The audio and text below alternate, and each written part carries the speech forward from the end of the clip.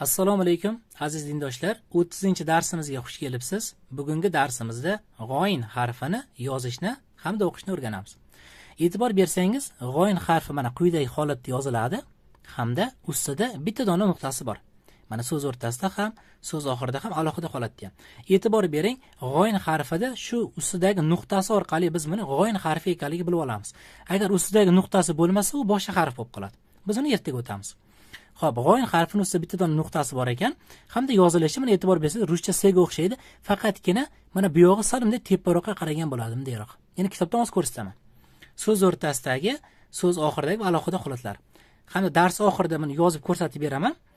Xo'p, keyin g'oyin harfining ustida cho'pcha kelsa o o'qiladi. Masalan, biz ro harfini o'tdik. R harfining ustiga quyidagi cho'pcha qo'ysak ro, yoki qof harfining ustiga qo'ysak qo, yoki so, yoki to, yoki xo harflarini o'tdik. Bugungi harfimiz ham mana ustida kelsa bu g'o deb o'qilar ekan. Bu harf juda ham oson, o'zimizda g'a harfi bilan bir xil o'qiladi. Faqatgina bu harfning ismi nima desa g'oyin deysiz, o'qilish jihatidan o'zimizdagi g'a harfi bilan bir xil o'qiladi ekan. Endi kitobdagi so'zlarni birgalikda o'qib ko'ramiz.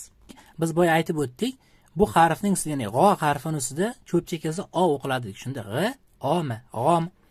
Shunda g'a, o b, g'ob, g'ob. B harfining ustida yumaloq kelsa, biz 14-darsda o'tganmiz, i ga mol tebratiladi. Shunda g'oba, g'oba. Mana g'a harfini qarangda, yozilishiga e'tibor bering, bunda yumaloq ruscha S emasda mana. Bunday teparoqqa qaragan bo'ladi. Shunga juda ham ahamiyat berishingiz kerak. Chunki bunda yumaloq bo'lib qolsa, bu n harfini noodatiy bo'lib qoladi. Shuning uchun mana pastki qismi bunday teparoqqa qarab shu holatda yoziladi. Shunda g'a, i, l, g'il. G'a, o, y, r, u, g'oyiru. Endi qarang, o'rtada yozilishi esa mana e'tibor bering, yumaloq emas, shu holatda yoziladi. Agar yumaloq bo'lsa, f bo'lib qoladi. Mana yana yozilishini dars oxirida ko'rsatib beraman. O'rtadagi holatini. Qarang endi. B, a, g, bag'alu, bag'alu. Bu so'zlarni o'qib ko'ramiz endi. F, ar, farg'u. G'oba, g'oba. Chunki qarang, b harfini yumaloq kelsa, i ga mol tebratiladi. Shunda g'oba, g'oba, g'oba, g'oba. Endi bunisi. M, ab, mab, lag'a, mab, lag'a. Endi bu m, a, g. Mana o'rtasiga e'tibor bering, yumaloq emas. Shunda m, a, g, mag'riba, mag'riba, riba, riba. B ning ustida yumaloq kelsa, i ga mol tebratiladi. Shunda mag'riba. Endi pastdagi so'zlarni o'qib ko'ramiz. Ig'liba, ig'liba. I ga mol tebratamiz. Endi bunisi ig'fira, ig'fira. Endi bunisi ishtag'ala. Mana qarang, g'ala emas, g'ola o'qiyapmiz. Ishtag'ala. Endi bunisi yashtag'ilu. Bu juda ham oson, o'zimizni chunki g'a harfi bilan bir xil o'qilyapti. Endi bunisi istag'fara, istag'fara. Qarang, mana shunda juda ham yaxshi yozilgan. Qarang, agar buni siz g'a harfini yumaloq qilib qo'ysangiz, qarang, f bilan bir xil bo'lib qoladi ekalasi. Mana qarang, bu yumaloq yozilmaydi, bu boshqacharoq yoziladi. Endi dars oxirida ko'rsatib beraman. Shunga yaxshi deb ajratib oling, yumaloq bo'lib qolsa, mana f bo'lar ekan. Agar bunday holatda bo'lsa, bu g'o harfi bo'lar ekan. Keyin qarang, e'tibor berishingiz kerak, bu kitobda bo'yab qo'ygan buni. Biz lekin hozir yozib ko'rsatganda qanaqa ko'rsatdik? Mana hozir ko'rsataman. Mana. Biz lekin yozib ko'rsatganda ichi bo'yalmadi. Shunga e'tibor, ichi bo'yalmaydi buni aslida. Faqatgina bosmalarda shu bo'yalib ketib qoladi. Shuni siz ichini bo'yamasdan yozasiz. Xo'p, endi bunisi yastaghfiru, yastaghfiru. Seni ozgina sirg'antiramiz. Yastaghfiru. Shu holatda hammasini o'qiyverasiz. Asosiy e'tibor beradigan joyimiz bu darsda nima ekan? Birinchisi, buni g'a harfini bunday pastki qismini teparoq qilib yozamiz. Agar yumaloq s ga o'xshab yozib qo'ysak, bu noodatiy n harfi bo'lib qoladi. Birinchi qoida shu. Ikkinchi qoida, ustida cho'pcha kelsa o o'qiladi. Yana bitta e'tibor beradigan narsamiz, uchinchisi, so'z o'rtasida yozilganda yumaloq qilib qo'ymaymiz. Yumaloq qilib qo'ysak, bu nimaga o'xshab qolar ekan?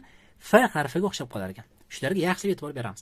Endi men sizga g'a harfini hozir yozishni ko'rsatib beraman. G'oyin harfini so'z boshi yozishini ko'ramiz, qarang. Bunday tepadan tushamiz pastga, hamda bunday sal teparoq qilamiz buni. Mana. Mana shu holatda qilsak, bu so'z boshida yozilishi bo'ladi. Mana ham yozib ko'ramiz, qarang. E'tibor beramiz, ikkinchi katida yozyapmiz. Bu holatda yana bunday tepaga chiqamiz mana. Yana bitta yozib ko'ramiz. bunday teparoq chiqamiz, pastga tushamiz. Mana so'z boshi yozilishi xuddi shunaqa bo'ladi. Endi so'z o'rtasidagi yozib ko'ramiz, qarang. Bunday qilasiz, bunday qilib olasizda. Xuddiki biz h harfini yozdik-ku, shunga o'xshab yozib olasizda, bu yog'ini bunday qilib qo'ysangiz, mana so'z o'rtasidagi yozilishi bo'ladi. Ustiga bitta nuqta qo'yib qo'yasiz mana. Nuqtalari qolib ketmasin, lekin juda muhim hisoblanadi. Mana yozib ko'ramiz. Mana so'z o'rtasida yozilishini shu holatda yozsangiz, juda ham oson yozish hisoblanadi mana. Yana bitta yozib ko'ramiz.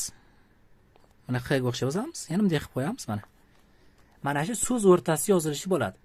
Lekin buni so'z o'rtasida yozilishini bunday qilib qo'ymang. Bunday kelib, bunday qilib qo'ysangiz, mana bu f bo'lib qoladi bu. Bu f, bu g, ikkasi farqi bor. Kitoblarda bu o'rtasi bo'yab qo'yiladi. Biz bo'yamasdan yozamiz har bir kitobdagi so'zni. Endilikda so'z oxiridagi holatni yozib ko'ramiz. Qarang. So'z oxirida yozish uchun bunday holatda yozib olamiz. Buni bunday qilib qo'ysak, mana so'z oxiridagi holati bo'ladi. Xuddiki h harfini yozganga o'xshar ekan mana. Bunday bu holati bir xil, faqat ikkimiz bunday yo'lab qo'yardik. Bunda esa mana bu yoqdan bunday qo'llanadi mana. So'z oxiridagi holat. Endi alohida holat. Alohida holat ham mana bunday faqatgina sal teparoq bo'ladi. Bunday qilib qo'ysangiz, mana alohida holati bo'ladi. Nuqtalar qolib ketmasin. Agar nuqtalar qolib ketsa, boshqa harf bo'lib qoladi. Yapti yozib ko'ramiz. Mana shu holatda yozaverasiz. Mana sal boshdan ko'ramiz endi. Bunisi so'z boshidagi, mana so'z o'rtasidagi, so'z oxiridagi hamda alohida holatlarini yozib ko'rsatib berdik. Sizga uyga vazifa har doimgidek birinchi ushbu varaqni ko'chirib olasiz. Buni ko'chirib olganingizdan keyin har doimgidek kitobdagi so'zlarni bir boshdan boshlab hammasini yozib chiqasiz. Mana kitobdagi so'zlarni hamda bizga jo'natsangiz, biz hammasini tekshirib beramiz. Keyingi darsimizda mana ushbu harfni o'tamiz. Bu harf ham qarang, xuddiki hozir o'tgan harfimiz bilan bir xil, faqatgina ustida nuqtasi yo'q. Buni keyingi darsda to'liq gaplashamiz.